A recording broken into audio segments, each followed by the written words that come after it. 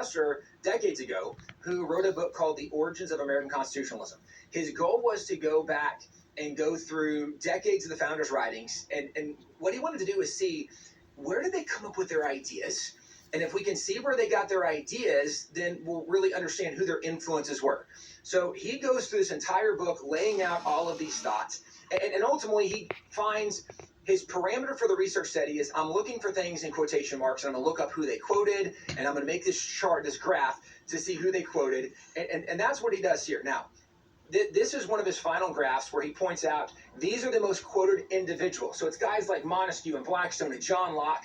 People most quoted in what, again? In their writings. So in their letters. In their writings of the founders of fathers. Okay, correct. Good clarification. But here's what's interesting. He breaks them into categories. So he says, here's the most quoted individuals. The most quoted source, what's the top one on that list? And look all the way to the right to get your percentage of that chart. Bro, this is crazy. The Bible. The Bible? The Bible. And 34% of all of the quotes he found in their writings came from the Bible. Holy cow. Here's what's more interesting about it, though. So the whole book, he goes to explaining how this process, what he did, and this took him nearly 20 years to go because he was going through such an expansive volume. Is this dude a Christian? He was not. He was not when he wrote this. And that's insane. And he's, okay, so here's how it goes. It goes Bible, so this is 34% of all quotes in their writings? Yes, everything they found from the Bible. So Bible. it goes Bible, and then it groups together literally the entire Enlightenment, and that comes in second at 19%.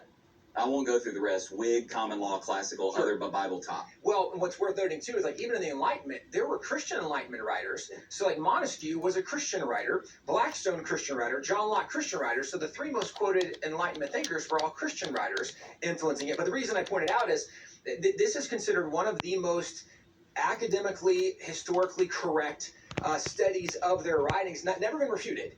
So the idea that they didn't believe in God, didn't want God, and then the thing they quote the most in the writings of the Bible, and it's not even close.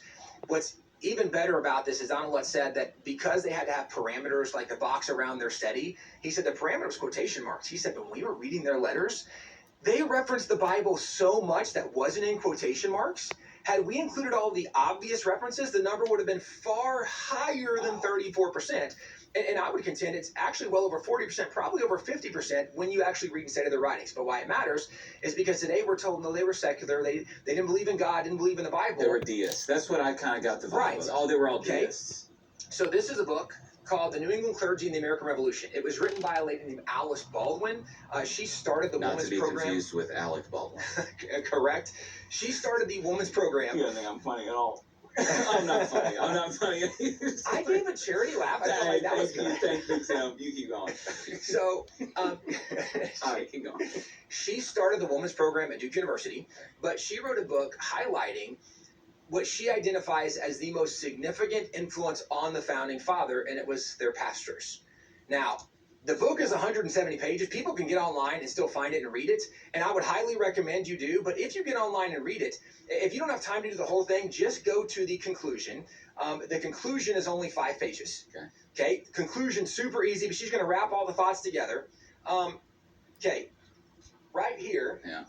at the bottom of that middle paragraph, because the sentence starts there is not. Help me. Okay, right here. There it is. I see it. You want me to read that sentence? Read that sentence. There is not a right asserted in the Declaration of Independence which had not been discussed by the New England clergy, bro, it's insane, before 1763. Okay, pause right there. She actually, in her conclusion, and what she just said is that the pastors are the ones that actually first came up with all of their rights identified in the Declaration. Her entire book goes on to point out the founding fathers didn't have a single unique idea. It was the things they'd been hearing from their pastors for decades building up to that moment. Now, here's why these two books are a great contrast to this one. The number one quoted source in their writings was the Bible. The most influential voice in their life was their pastors. Wow. And today we think they were secular. Wow.